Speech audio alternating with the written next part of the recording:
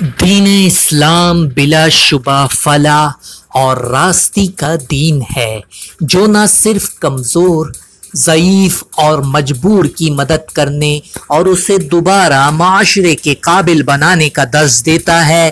اللہ تعالیٰ کو یہ بات نہایت ہی بری لگتی ہے کہ کوئی اس کی مخلوق کو کمتر اور گھٹیا گردانے، کیونکہ یہ خالق کائنات کی ہی تقسیم ہے کہ کوئی شاہ ہے اور کوئی گدھا، کسی کو تاجدار بنا دے، کسی کو فقیر۔ ایسا ہی ایک سبق آموز واقعہ امام جوزی رحمۃ اللہ نے بھی بیان کیا۔ وہ بیان کرتے ہوئے مستحق اور نادار لوگوں کی مدد کرنے کی ترغیب دیتے اور رب تعالیٰ کے اختیار کو سمجھانے کی کوشش کرتے ہیں۔ امام جوزی بیان کرتے ہیں کہ اصفہان کا ایک بہت بڑا رئیس اپنی بیگم کے ساتھ دسترخوان پر بیٹھا ہوا تھا۔ دسترخوان اللہ کی نعمتوں سے بھرا ہوا تھا۔ اتنے میں ایک فقیر نے صدا لگائی، اللہ کے نام پر کچھ کھانے کے لیے دے دو۔ اس شخص نے اپنی بیوی کو حکم دیا، سارا دسترخوان اس فقیر کی جھولی میں ڈال دو۔ عورت نے حکم کی تعمیر کی۔ جس وقت اس نے اس فقیر کا چہرہ دیکھا تو دھاڑے مار کر رونے لگی۔ اس کے شوہر نے اس سے وجہ پوچھی کہ وجہ کیا ہے، تیرے رونے کا سبب کیا ہے؟ اس نے بتلایا، یہ شخص جو فقیر بن کر ہمارے گھر پر دستک دے رہا ہے، چند سال پہلے اس شہر کا سب سے بڑا مالدار اور ہماری اس کوٹھی کا مالک اور میرا سابق شوہر تھا۔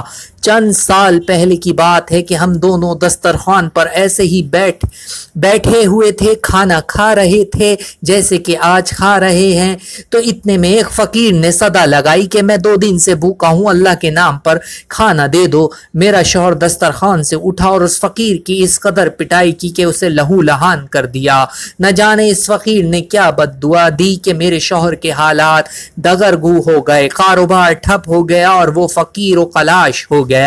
اس نے مجھے بھی طلاق دے دی۔ اس کے چند سال گزرنے کے بعد میں آپ کی زوجیت میں آ گئی۔ شوہر بیوی کی یہ باتیں سن کر کہنے لگا، اے میری شریک حیات، کیا میں آپ کو اس سے بھی زیادہ تعجب خیز بات نہ بتلا دوں؟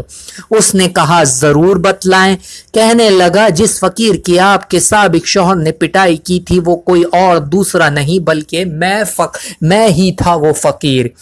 بس میرے بھائیوں دوستو، ہمیں اپنے مال پہ فخر نہیں کرنا چاہیے، کیونکہ یہ ایک وقت میں ہمارے پاس ہے، دوسرے وقت میں کسی اور کے پاس ہے، اور ہمیں کسی کو حقارت سے نہیں دیکھنا چاہیے۔ فقیروں کو حقیر سمجھ کر ان کو دھتکارنا نہیں چاہیے۔ ان کے ساتھ اگر آپ کچھ دے نہیں سکتے تو خاموش رہیں، ان کو دھتکاریں نہ، وہ بھی اسی معاشرے کا حصہ ہیں۔ ضرورت مند کی ضرور مدد کرنی چاہیے۔ اور آپ سے بھی میں ایک مدد کی درخواست کرتا ہوں کہ میرے اس چینل کو سبسکرائب کر